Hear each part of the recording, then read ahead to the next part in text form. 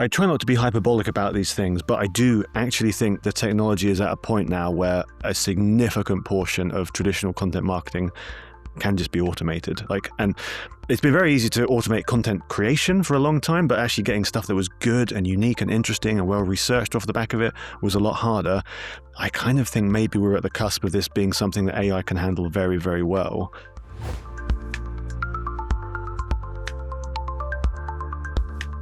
Welcome to Get Discovered, the podcast where AI and online discoverability collide. As Season 2, we're focused on what we're calling the discovery crisis, how AI is changing where online discovery happens, what actually gets surfaced, and why so many teams are realizing they don't have the visibility or control they thought they did. Today's guest is the man, the myth, the legend, Ryan Law. Ryan is the Director of Content Marketing at Ahrefs, and if you work in content or SEO, you've almost certainly read his work or cited his research. Before Ahrefs, he was CMO at Actionable, where he grew the blog to over 1 million page views on the back of one simple bet: that bold, opinionated content would always beat the generic stuff. At Ahrefs, Ryan oversees all content: the blog, the research, and a newsletter with 284,000 subscribers. He personally published the research showing that AI overviews reduce clicks to top-ranking pages by 58%. And now he's having to adapt the very content playbook he's built his career on because of it. Welcome to the show, Ryan.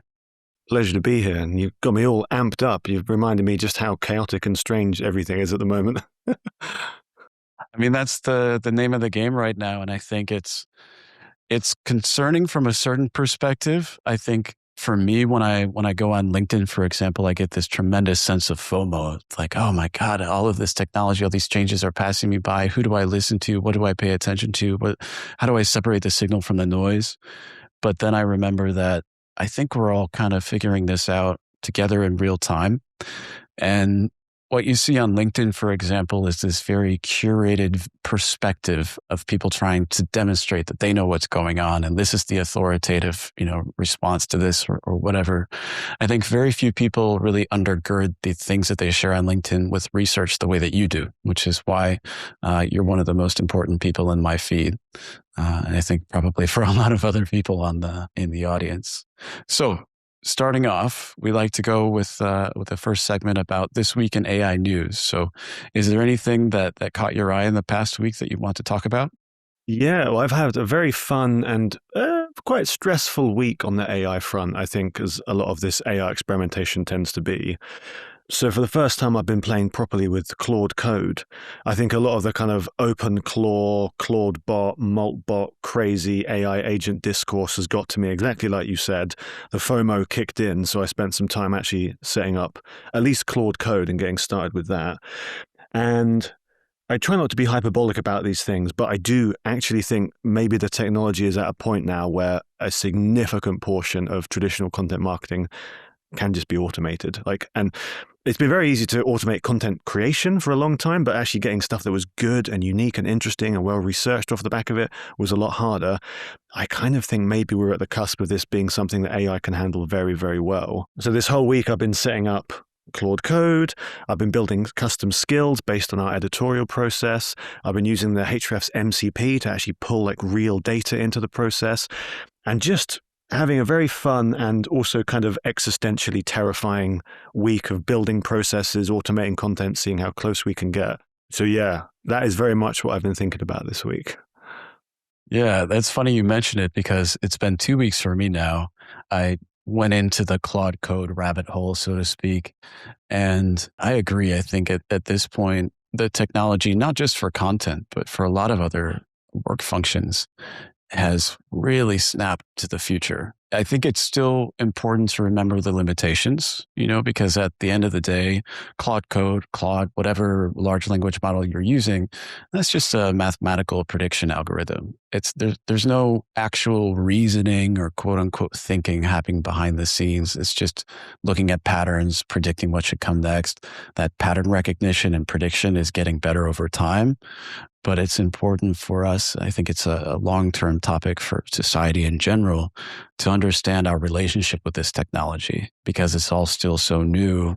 And a lot of times it's designed to be very affirmational, which is nice, but sometimes it's difficult to get the outside perspective that you might with a colleague if you were talking about a content piece or something like that. You can very much get into a little bubble and do things that way. So good to hear that you're engaging with it and having fun. It's very empowering.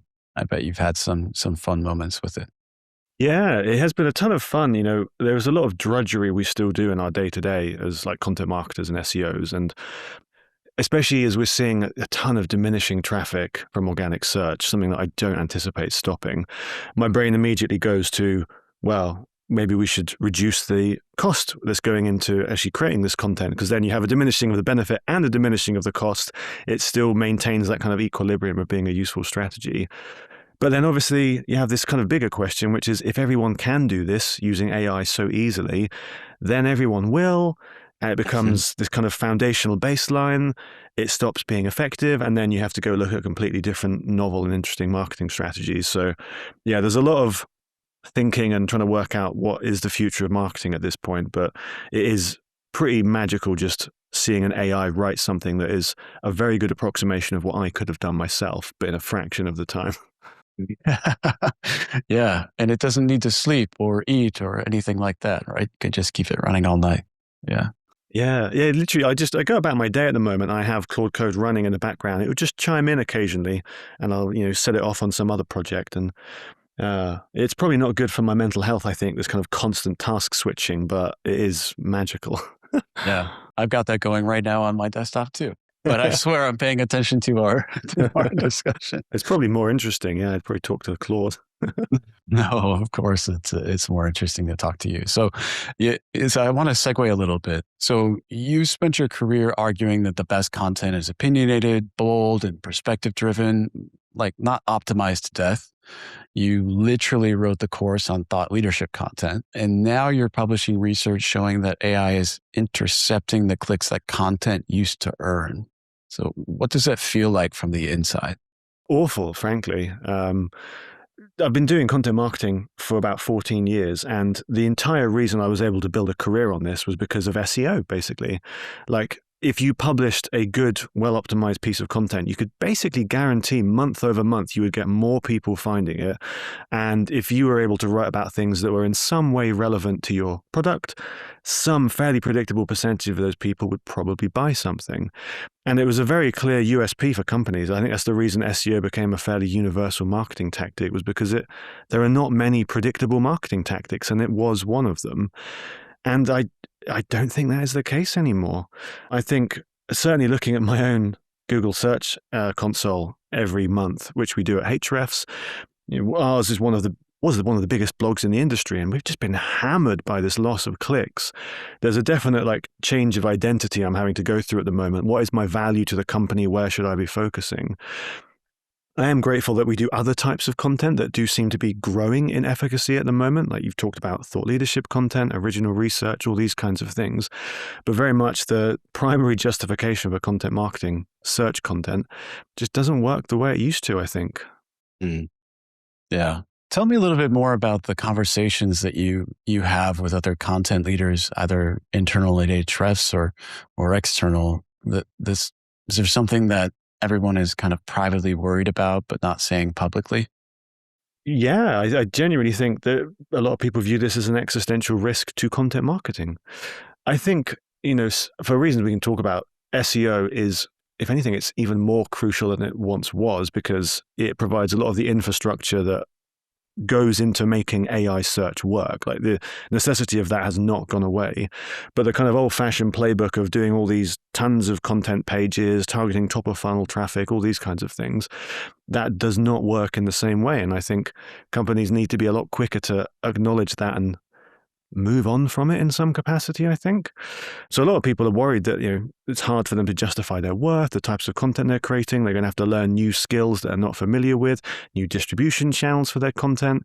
Yeah, there's a lot of fear and worry in the industry, I think, alongside these opportunities to do fun, inventive things and maybe work out what the new paradigm is. Yeah, makes sense. I want to talk a little bit more about your research. So, especially of late, your research shows that you can do everything right, rank number one, publish great content, etc., and still be losing. So from what you're seeing across Ahrefs data and your own blog, why do you think this is happening? Like, what's actually breaking for content teams right now? You alluded to this in the introduction, actually. I do think the single biggest impact is AI overviews at the moment. A lot of people, initial thoughts when we all started seeing our traffic decline in Search Console was that the buying process is moved to ChatGPT, and that's people that would once Google and now moving to ChatGPT, and it's kind of taking that traffic away and moving it to another channel. From all the research I've seen from other very smart people, like Rand obviously jumps to mind, it doesn't seem to be the case. I think ChatGPT is an additive source of customer acquisition. It's a new way of approaching the buying process. Like, I've probably bought more stuff in the past year than I have previously because it's easier to get good tailored recommendations to you. So I think like customer demand is still there, but the thing that is definitely changing and disappearing is the number of people that click your website URL. You can have all the information from those pages extracted, synthesized in a ChatGPT conversation, and obviously get no clicks on the back of it. They may still buy from you. You may still be able to attribute it to that content indirectly, but not directly. And now, staggering amounts of the SERPs, you have a Google-generated AI blog post competing for all the traffic. And I think genuinely, it's probably a better experience for many people. Like, I don't hate it as a user. So. Yeah, it's interesting on the topic of Google because there's a book I love to talk about. The name of the author escapes me now, but it's about enshittification. And one of the Cory Doctorow. Cory, yes. One of the case studies, I guess you could say, in the book is Google and how they deliberately degraded the search experience for the sake of keeping people, having to run 2 or 3 queries to get what they were looking for so that they could surface more ads on top of that. And I feel like we're in this golden age of large language models and answer engines, whatever you want to call them, because these companies are still not quite to the point where they're trying to monetize everything.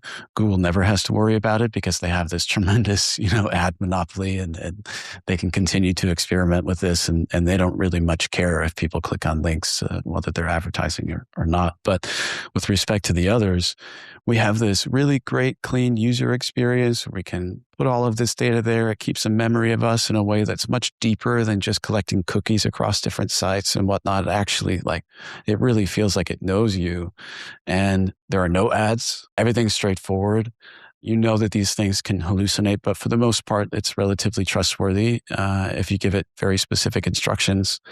And with the coming of ads to ChatGPT and how other things might change, do you feel like the user experience will start to resemble the way that Google was before AI overviews became a thing, like Google of the 2020, 2001 era? It's a great question. I don't know.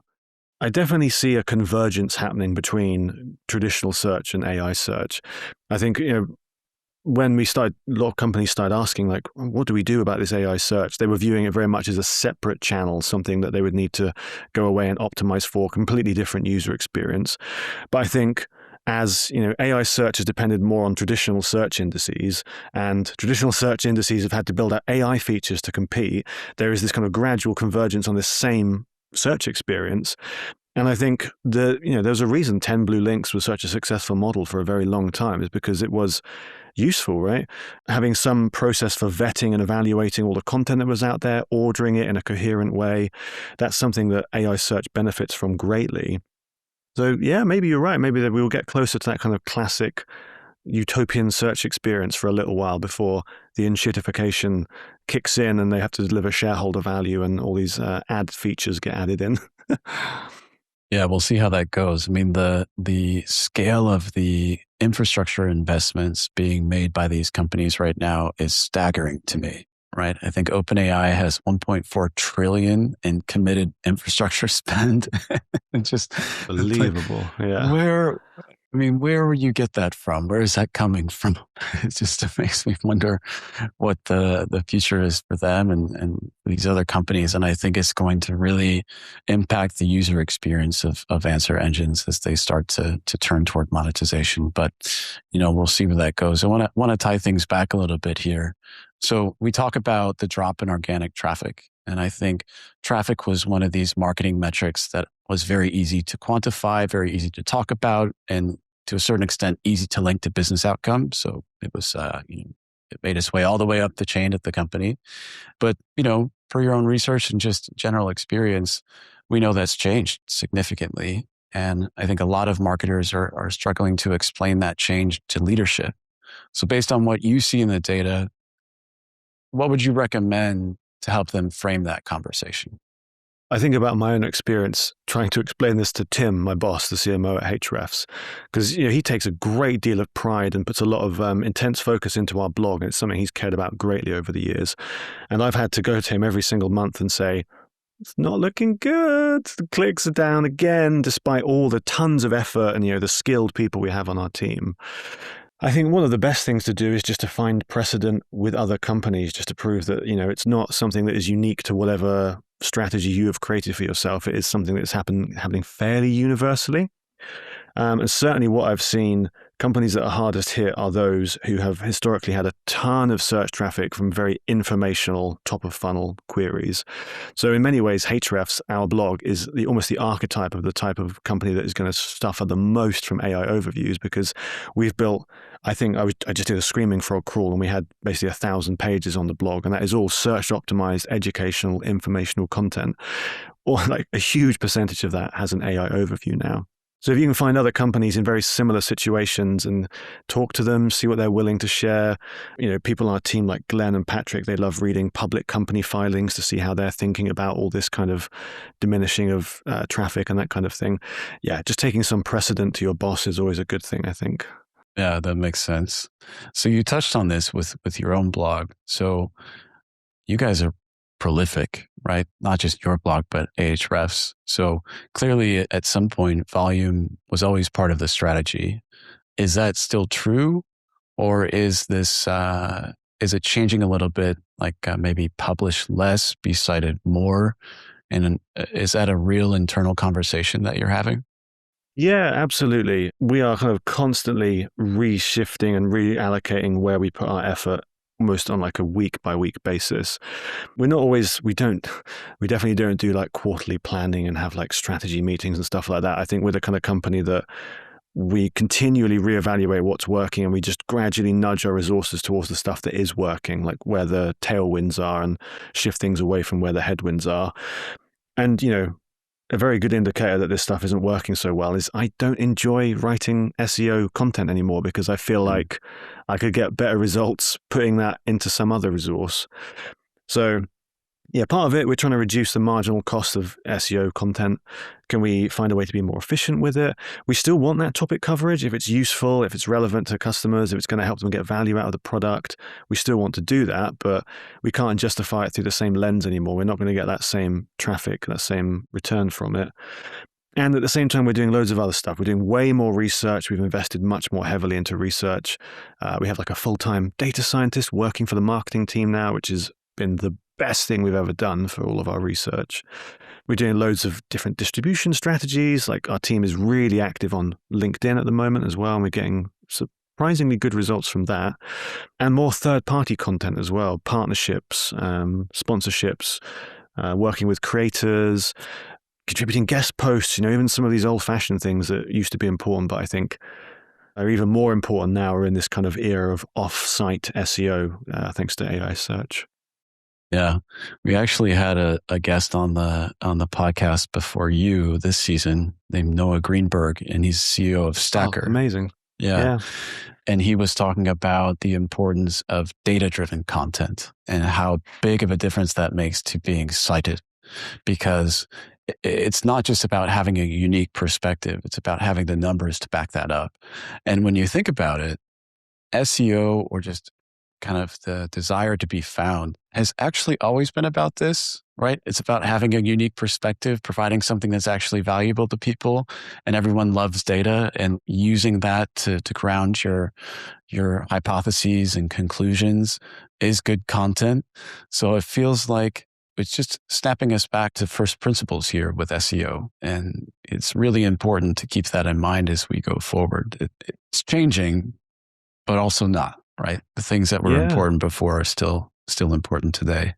In some ways, it makes me think the kind of past 10 years were, with hindsight, very strange, because we were able to build massive empires of web traffic from basically just shuffling around other people's ideas from other people's URLs in the SERP, putting it into something longer, and we would be rewarded handsomely for doing that. Yeah. There's no reason why that should have prevailed, actually. Like, when you frame it that way, maybe it's not such a problem that is going away, because AI is the ultimate arbitrager when it comes to information. Yeah. Yeah. So I wanted to shift now and talk about attribution. So I think one of the most difficult things right now, especially with AI overviews or answer engines and so on and so forth, is attribution. And we've gone from something where we had such fine-grained attribution to what is essentially putting up a billboard and like hoping that people see the billboard, but never being able to say, okay, this person came to my website and purchased this product or subscribed to this newsletter or whatever because they saw that billboard or because they saw us in ChatGPT or Claude or so on and so forth. So I want to lean into that a little bit more with you. So I think correct me if I'm wrong, but I think you've made no secret of the fact that Ahrefs doesn't really bother with content attribution. If you believe if content's working, people know it and they feel it. I think that's, even today, a bold position to take at the best of times. Do you feel like that still holds with everything that's happening? Or maybe does it vindicate that hypothesis? I've always kind of thought there was a bit of an inverse relationship where the easier it is to concretely attribute the value of any marketing tactic, the shorter the useful half-life of that tactic actually is. Because if it's very easy to say, yes, this is definitely working, then in short order, everyone is going to do that. And I think the kind of longest lasting, most valuable marketing channels are the ones that are very hard to attribute because they rely on faith, basically, a willingness to do things that work because the logic makes sense to you, but you can't necessarily report to your shareholders and say X% increase every month.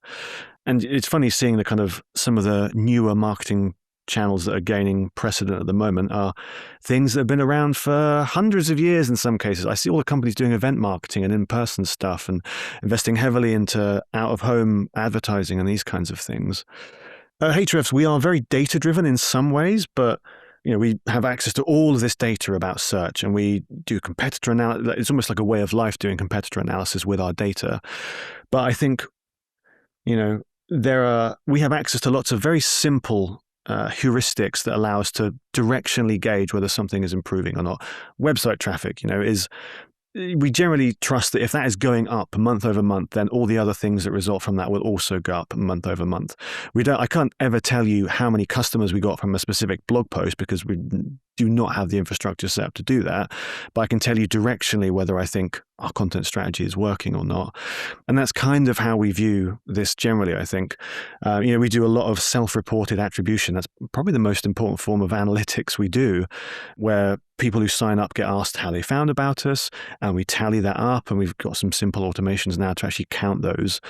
They're very rough, very loose, very directional things, but I think in most cases, it's better to use those in a productive way than it is to actually obsess myopically over trying to get specific attribution. When we know content works, we know it's useful to people reading something useful about your product. One of the reasons I joined Ahrefs was because I wasn't expected to spend all my time reporting every month on KPIs and that kind of thing. Yeah. That makes sense. And we had another guest on, Alan Schlesser from Yoast, if you know him. And he brought up a really interesting point, I think connects to what you're talking about here. So Yoast is clearly in the SEO space. And we were talking about conversations that he has with some of the business leaders. And a lot of times they tend to focus on these metrics around their website. We need more clicks, we need more traffic, so on and so forth. He said, okay, but you're not in business for getting clicks. You're in business to do something. And you're using clicks that's a predicate to something else. But what you're trying to do? Sell more products? You want more people like viewing your blog or whatever it is. So I think that connects to what you're talking about, in as much as maybe we're looking at something that doesn't matter the way that we think it does. And my hypothesis is that the reason we've given it such pride of place in terms of metrics like traffic and clicks and all of that kind of stuff is because we have teams who need to show their results.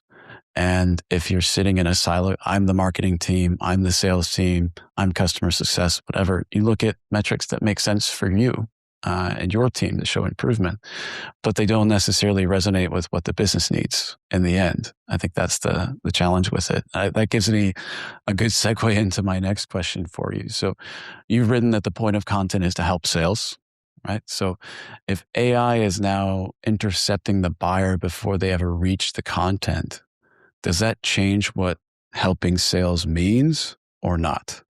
Yeah, I think it probably does. Like broad strokes, I think both AI search and traditional search, creating content is probably the most influential thing you can do to shape the experience somebody has with your brand. But it is different.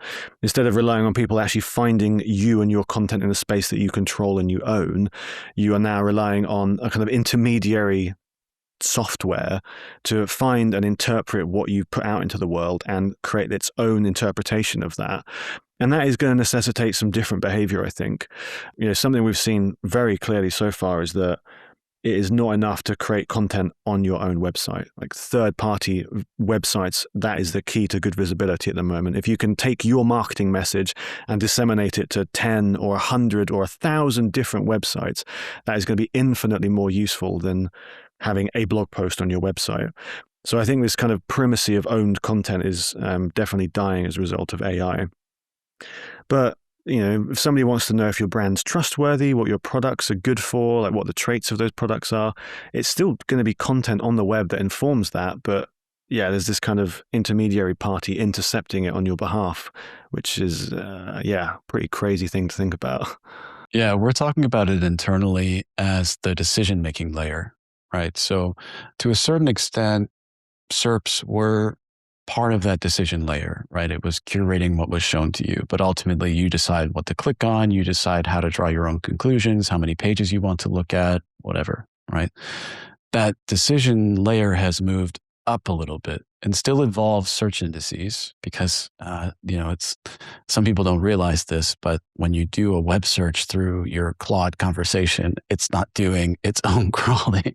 It's leveraging a search index in the background. But we've taken, so that's this kind of pre-decision layer. And then we have the pre-decision layer, which is now what summarizes all of what's searchable and brings it all back and answers your question. And then the human is at the very top of this decision layer with this, limited context, but things that much more matter to them. And that's when the ultimate decision happens.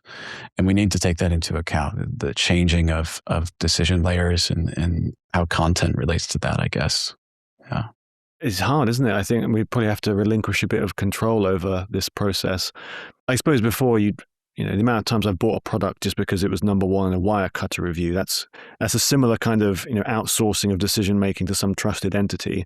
But there weren't too many publications doing that. You could probably grok quite quickly where you needed to have your product represented to do that. In AI search, more of a Wild West. Say, have a long conversation, it will generate like 200 query fan outs or something, and you'll be referenced in all these different contexts all over the web. And we're going to have our work cut out for us in terms of controlling a given narrative about our product and trying to nudge people towards choosing us over other products, I think. Yeah, that's a good segue into my next question for you. So talking about AI visibility, like just presence in answer engines or, large language models, whatever we want to call them. So from your perspective, what's the biggest misconception you hear from marketing leaders about AI visibility today?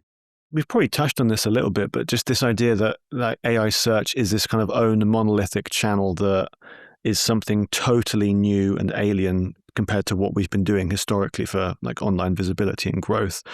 I think exactly as you were saying, people are downplaying the impact of traditional search indices on AI search in a very, very big way. This entire infrastructure does not work without these LLMs using RAG to go into a cached version of the Google index or the Bing index or the Brave index and actually retrieve relevant content and bring that into the process. That, LLMs, they have their fixed knowledge that is determined by their training data. They have to go out into the web to get fresh things and novel things and new things. So I really do think all the things we have been doing for traditional SEO are incredibly important for AI search, probably more so than people realize. And Yeah, it's tempting to buy into some of the hype and start doing things like, LLMs.txt and worrying about chunking your content and all these kinds of fancy technical optimizations. But creating more relevant content on the topics you care about and want to show up for and distributing that to as many websites as you possibly can, that was good SEO. I think that's good AI search as well. And that will probably remain the case at least for a little while, I think. Yeah.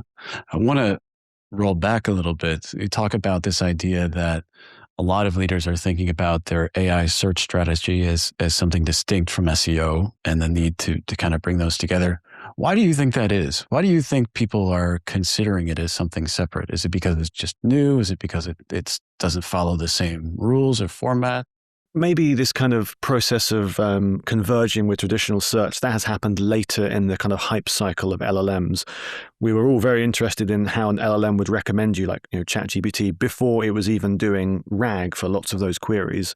And that was based purely on the training data and how you could get into that.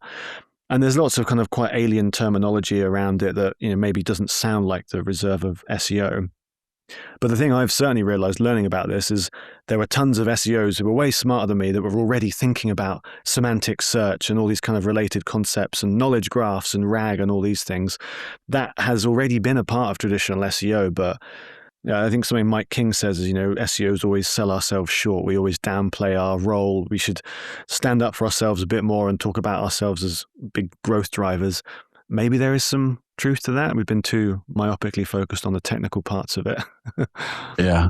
Yeah. I mean, I think it makes sense. It's like anything in life, and I'll go a little bit philosophical with this. You are faced with a big challenge. You have a tendency to focus on the little details you feel like you have control over, right? So if you need to move out of your apartment and you have all of these things that you've accumulated for years all over the place, you're likely to say, I think it's time to clean my bathroom floor, because that's something I can do.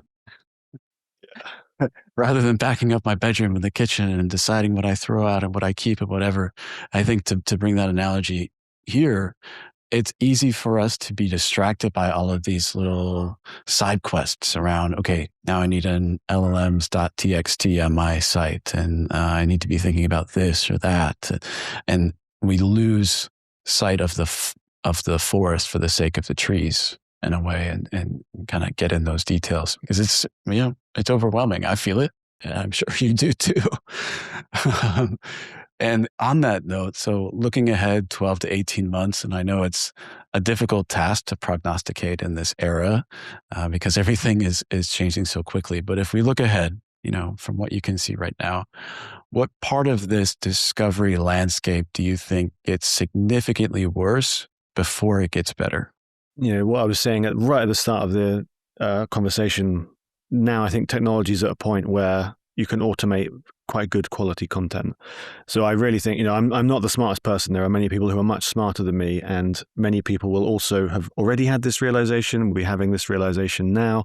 I actually saw this Nikita Beer, he works on product at X now, and he had a tweet a few days ago that was something like, people are not ready for the level of spam they're about to see in all the places on the internet they inhabit. I think that is very much going to be the case. And the kind of insidious thing is it won't always seem bad. This will be quite high quality spam. It will sound like a person. It will have some kind of merit to the ideas. It'll be a decent synthesis of, other ideas out there, but there'll be so much of it. And it'll be so hard to sift through that to find new information, to find actual genuine human perspectives on content.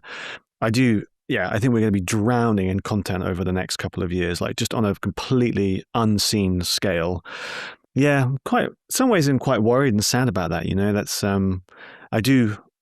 spam has always been a problem, but I think this is just going to be an order of magnitude different to what we've experienced before.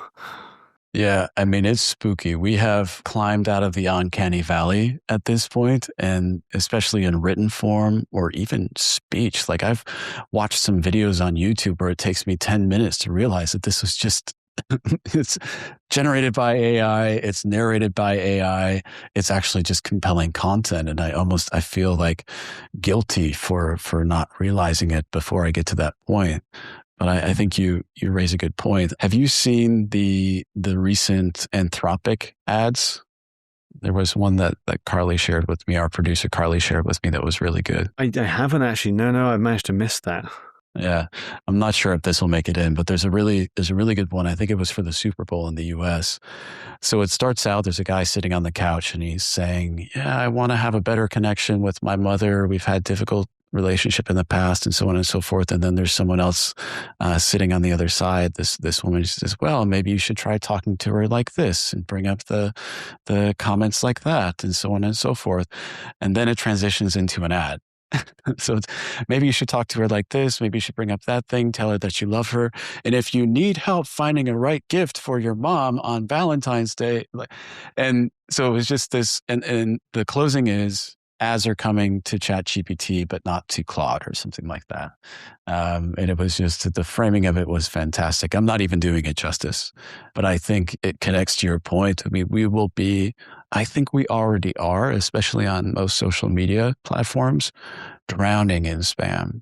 And the thing that worries me about it is exactly what you said, just how high quality it is. And it's getting better by the day. You know, we can watch movies of Will Smith eating spaghetti and it looks real now. Yeah, I know. I didn't think we'd ever crack that one, but man, we really have already. Yeah. Switching this though, same question, 12 to 18 months, rather than what do you think gets worse? What are you optimistic about? I think people that are willing to kind of shed the baggage of how they have historically done marketing and SEO, I think there are a huge amount of opportunities to learn really cool things, really interesting new skills, build things you've never built before, and kind of take charge of your career in a way that has never been possible before. You know, for years, about 10 years, I wanted to code, but I just found it so inaccessible. I was so intimidated by the whole thing. I kind of dipped my toe into a few boot camps here and there, but like nothing had ever stuck with me. And just even having a tiny little bit of knowledge now, when you are armed with an AI model that can tutor you and personalize its advice to you, and now can actually build the things you're talking about and offer refinements and explain to you why it made those refinements, I suddenly feel like I have superpowers, basically. So I've been, a very fun thing. I've actually rebuilt my personal website. This is probably the 10th CMS I've used it for. But for the first time, I've built it exactly how I want it.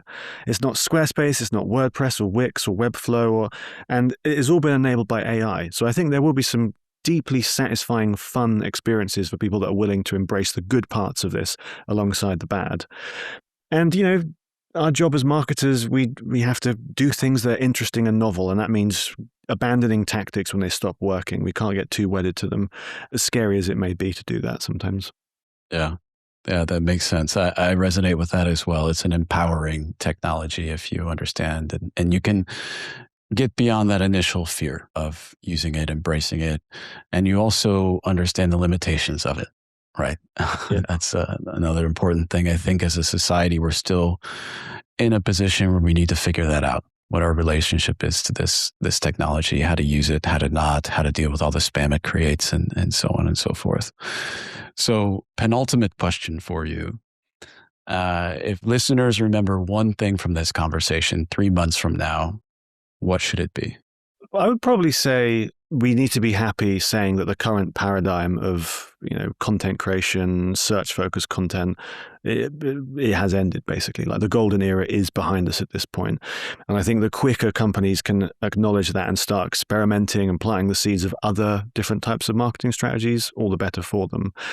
And I say that as somebody who is struggling to let go myself. Like I'm not going to stop doing SEO content. We're still finding some value out of it. Lots of companies will. I still recommend people do SEO content, but it has changed. The unit economics have changed. The expectations have to change alongside it. And the playbook is not as effective as it used to be. Yeah, makes sense. So where can everyone find your work, find Ahrefs research? Where should we look? Yeah, pretty much everything interesting I do goes onto the Ahrefs blog. Yeah, we have an amazing team as well who are doing tons of research. They're the nerdiest people you've ever met in your life, and they just channel that curiosity into the massive data set we have. And we have a constant stream of new data coming out, which is very fun and a great privilege to work with. And we share a ton of it on LinkedIn as well. I used to love Twitter, but now I think LinkedIn has become my social channel of choice, and some very good conversations and discussions on there at the moment. Yeah, great. And we'll link to your socials and the blog and the episode notes.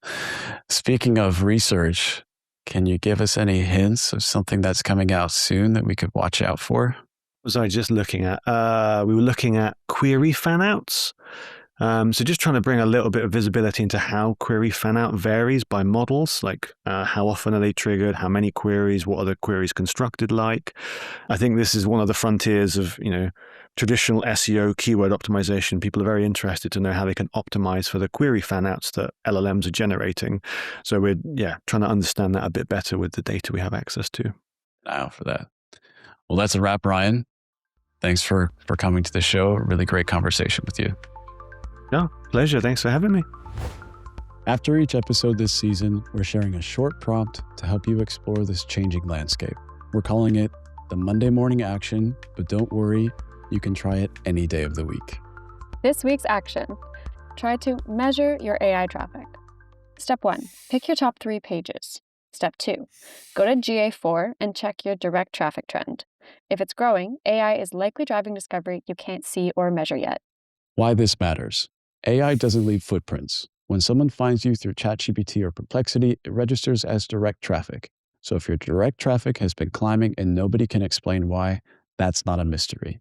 That's probably AI sending you customers and not leaving a note.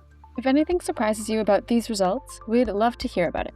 Share what you noticed at Prerender.io/podcast for a chance to be featured in a future episode. Thanks for tuning in to Season 2 of Get Discovered, the podcast where AI and online discoverability collide. If you learned something new this episode, make sure to subscribe for more in the future. For more about us, swing by Prerender.io. We make sure your site isn't hiding from Google, Bing, or the next-gen AI bots that are sniffing around for fresh content. I'm your host, Joe Walsh. And I'm your producer, Carly Van Stolk. See you next time.